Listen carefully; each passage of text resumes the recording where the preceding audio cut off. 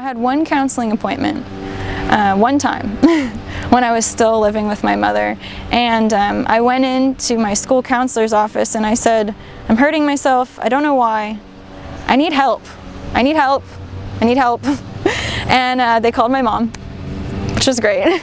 And they connected me to a counselor, and she took me to one session. And that counselor listened to me talk for about an hour, and she looked at me and said, honey, were you sexually abused? And I just froze, and I didn't know why, but I was like frozen and a little shaky. And my mom picked me up and I got in the car and I looked at her and I said, she asked me if I was sexually abused, and I don't know why, but I feel really weird. And I never went to counseling again. I never went to counseling again. So I did tell the school, to the best of my ability as a preteen, something's wrong, something's wrong. But, you know, we don't expect it to be mothers, we don't expect it to be in the household, and there wasn't a second layer of, you know, is she really getting support?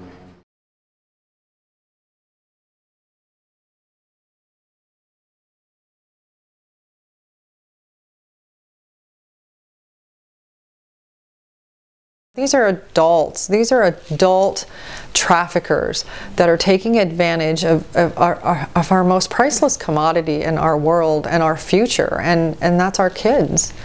And so many people just feel that it's not their responsibility to get involved.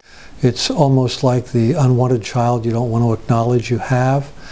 And I think that is beginning to drop away some, but it was very difficult to get in and discuss openly what is actually going on and who are some of the key people that could be seeing the indications of human trafficking. Teachers, guidance counselors, those types of folks. I had, you know, school officials tell me it'll be better once you turn 18. I had people that were encouraging, but nobody stepped in.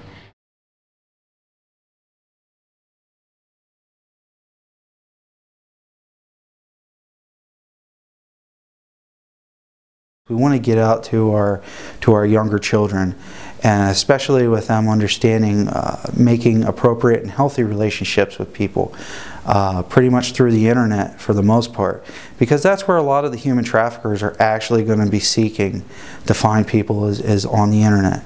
So one thing we do want to convey to the younger kids is that it's okay to talk to people on the internet, but vet them. Make sure you know who you're talking to. Make sure that you know that you're talking to your friend that may be in Muncie when you live in Williamsport, okay?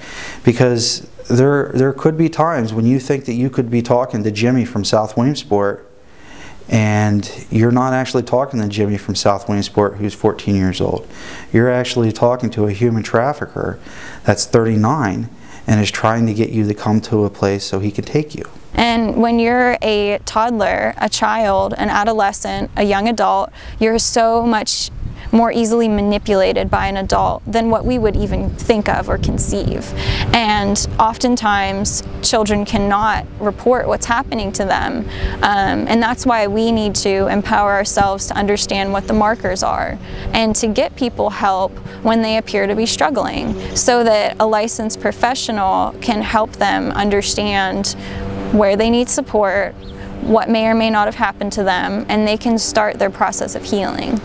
Sometimes there are even girls who are still going about their routine of life, right? They might stay in school, they might stay in their church community or within their sports, but they'll act differently, and there should be red flags that we should all notice. So if she starts dressing differently, wearing things that are more expensive than she used to, if she's referring about an older boyfriend or this party scene that she never talked about before, if she has jewelry that you've never seen, if she has a tattoo out of nowhere that is often either a barcode or even her pimp's name, which can be hidden, so like behind her ear, on the back of her neck, within her lip, sometimes on her chest, right over her heart.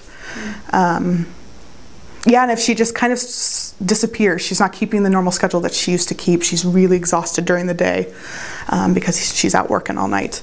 If you start seeing like malnourishment or physical abuse signs, so bruising or scratching, if she starts using drugs more often, either as the pimp controlling her or her trying to escape from what's happening to her, are very common here in America. It's really not typical that somebody can self-report until after they turn 18, until after they get out of the situation. You're not developmentally prepared to understand and address what's happening to you, and that's why as an adult survivor, I feel a really strong obligation to talk about my story and try to encourage and support programming that will help identify child victims and get them the help they need sooner.